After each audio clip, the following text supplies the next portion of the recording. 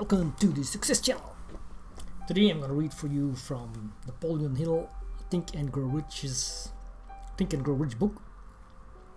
Chapter 5, Specialized Knowledge, Personal Experiences or Observations, the fourth step toward riches. There are two kinds of knowledge. One is general, the other is specialized. General knowledge, no matter how great in quantity or variety it may be, is of but little use in the accumulation of money. The faculties of great universities possess in the aggregate practically every form of general knowledge known to civilization. Most of the professors have but little or no money. They specialize on teaching knowledge, but they do not specialize on the organization or the use of knowledge. Knowledge will not attract money unless it is organized and intelligently directed through practical plans of action to the definite end of accumulation of money.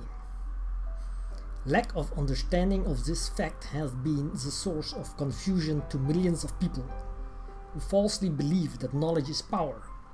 It is nothing of the sort. Knowledge is only potential power.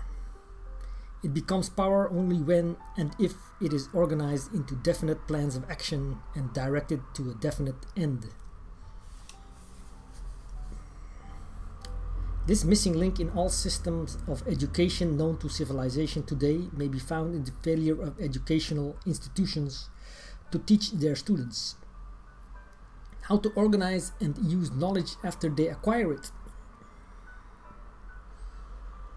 How many people make the mistake of assuming that because Henry Ford had but little schooling, he is not a man of education.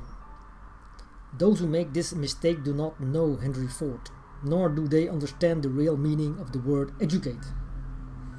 That word is derived from the Latin word educo, meaning to educe, to draw out, to develop from within. An educated man is not necessarily one who has an abundance of general or specialized knowledge. An educated man is one who has so developed the faculties of his mind that he may acquire anything he wants or its equivalent, without violating the rights of others. Henry Ford comes well within the meaning of this definition. During the World War, a Chicago newspaper published certain editorials in which, among other statements, Henry Ford was called an ignorant pacifist. Mr. Ford objected to the statement and brought suit against the paper for libeling him.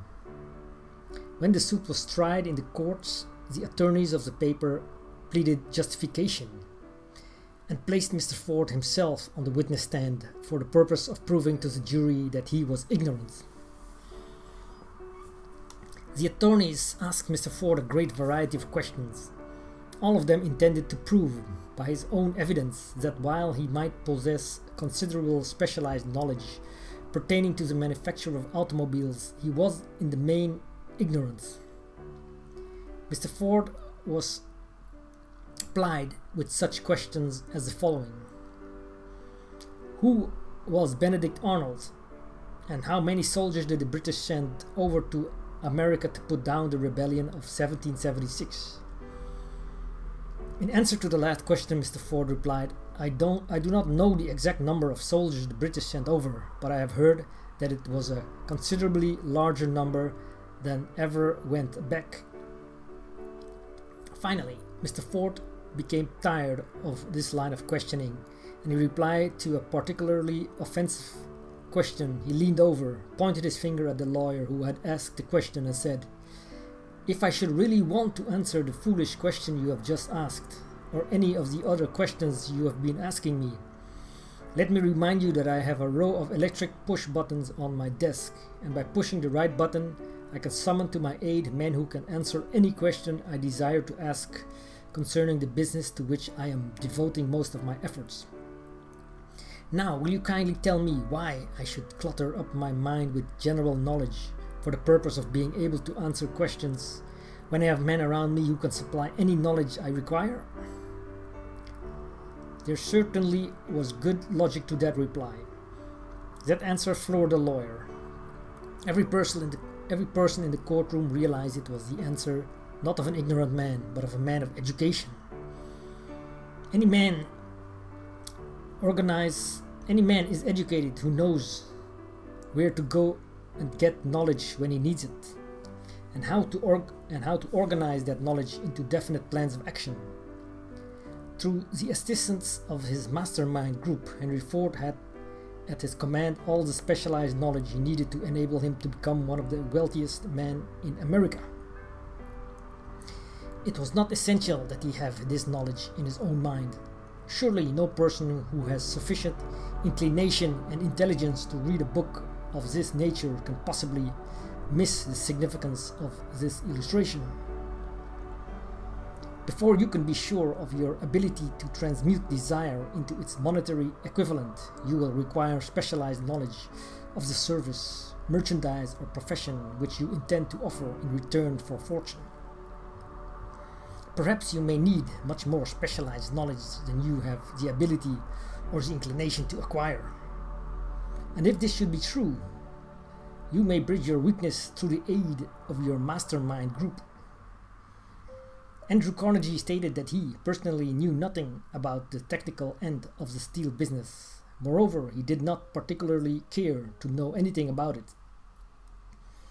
The specialized knowledge which he required for the manufacture and marketing of steel he found available through the individual units of his mastermind group.